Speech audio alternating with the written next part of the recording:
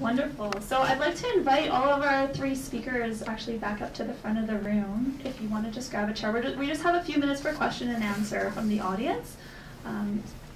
I hope that's given everybody a lot to think about different aspects of leadership and how we might use some of those principles to try and evaluate our candidates at election time. I think it gives me, anyway, a lot to think about in terms of how our election periods and election campaigns are set up and how it allows us to actually evaluate candidates as leaders. So if anybody has any questions, I just ask you to put your hand up. I think the room is probably small enough. If you project your voice, then we'll be able to hear you. Try and repeat the question as well. What do you think about bike lanes? Can we have a rephrasing in terms of... Sorry, I'm so used to that.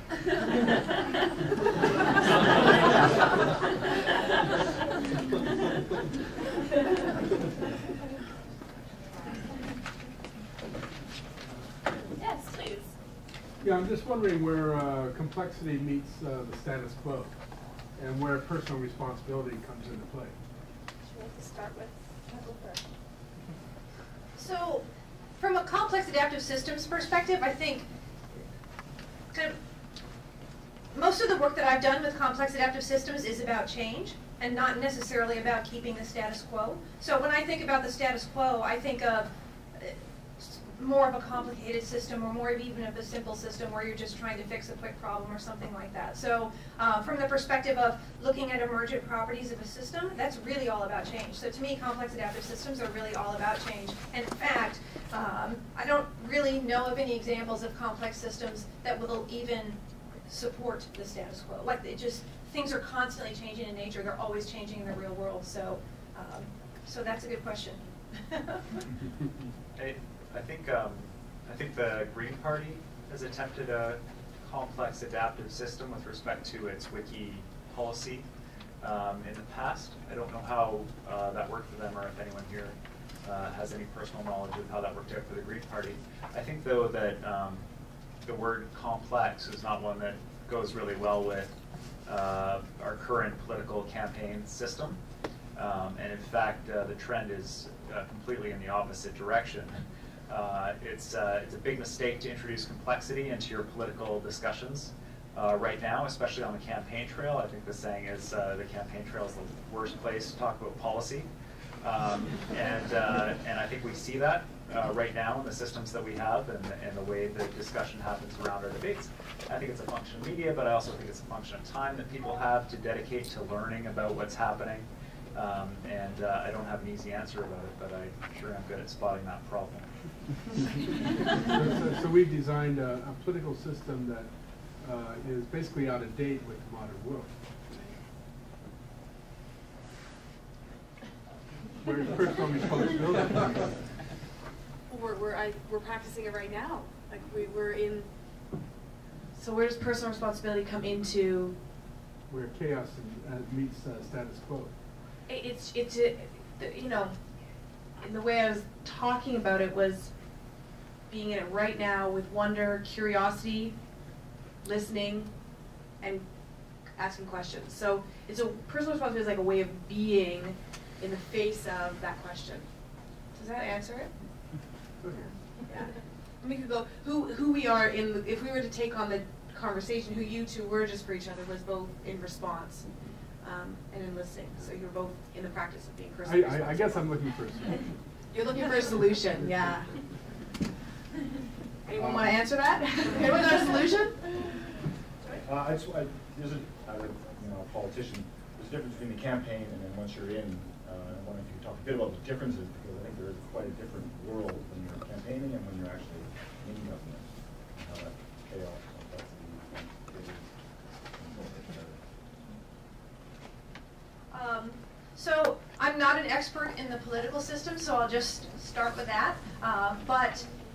From that perspective, I do understand why it's difficult to sort of react to complex systems in the campaign process. So most of the things that I was talking about probably have a lot more applicability to once you're in office, because then you can really start solving policy problems and start bringing people in and really talking about some of the issues. I can't understand how that would be difficult on the campaign trail, but now this is probably where my perspective on not really being in the political system probably makes you'll probably say to what I'm about to say, that's totally not practical, but I'll say it anyway, which is that I think that bringing people in as part of the process and having dialogues like we're having now actually encourages people to participate more in the campaign process. So I think this event, to me, shows an example of where bringing people into a complex world actually works really well.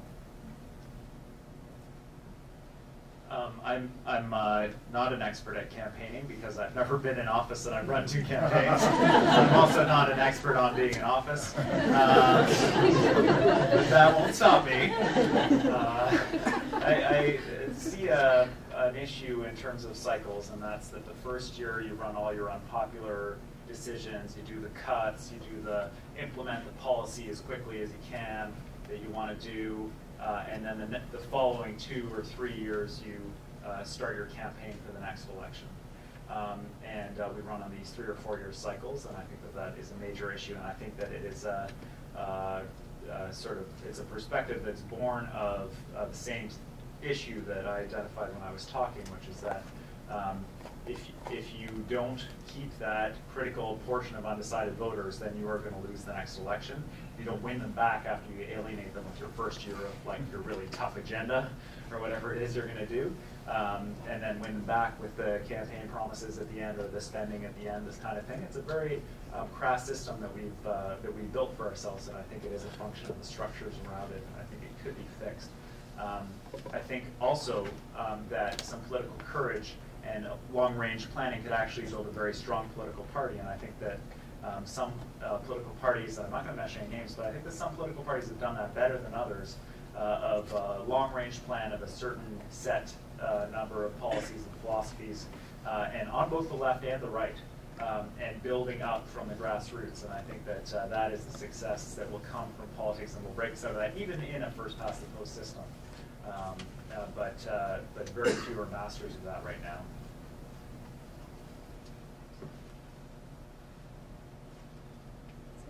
I think we have time for one more question, but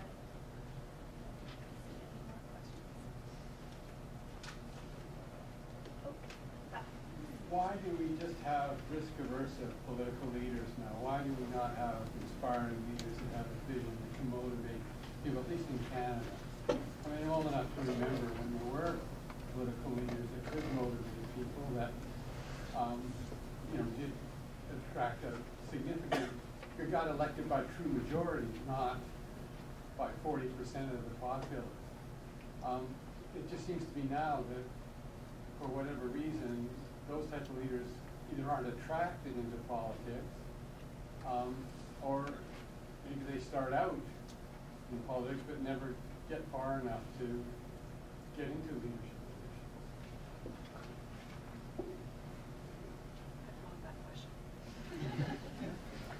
No, I don't.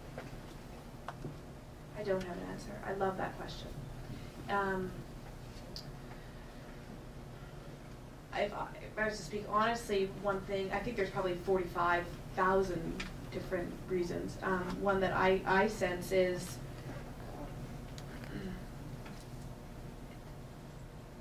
it's like where are we? What are we listening to? Who are we listening to in our lives? And I don't think we're really listening to our politicians. And if we did really listen, I think we'd start to hear some of those people. I think you have a point when you ask about who's being attracted into politics, and of course I'm someone who's been attracted into politics, so this might reflect on me. When you look at someone like Michael Ignatieff, right? Here's a guy who was an intellectual rock star. You know, he had a number of very well-received books. He filled lecture halls when he spoke. He was, really at the top of his game in the intellectual university circles in North America. When he came over into politics, he was, for reasons that many of you might have answers for, but he was decimated. Like, there is no doubt about what happened in the federal election, I don't think. And I don't think that's a partisan or nonpartisan statement. And so I think that a lot of people are going to look at an example like that and say, you know, why would I do that to myself? You know, why would I put myself in a position where one campaign ad at the beginning of the campaign or whatever could decimate my reputation in two countries? And I know that some of his colleagues in the States just couldn't even imagine that this was happening to someone that they had so much respect for on a policy point of view, but also that some of the policies that were advanced were in opposition to some of his intellectual thought while he was an academic. So there are many explanations that you can have for what went on, but I think a lot of people looked at that and said, you know what, I'm going to take a big old pass on politics because I don't want that kind of exposure. And that's definitely part of, I think, some of the problem that you're talking about.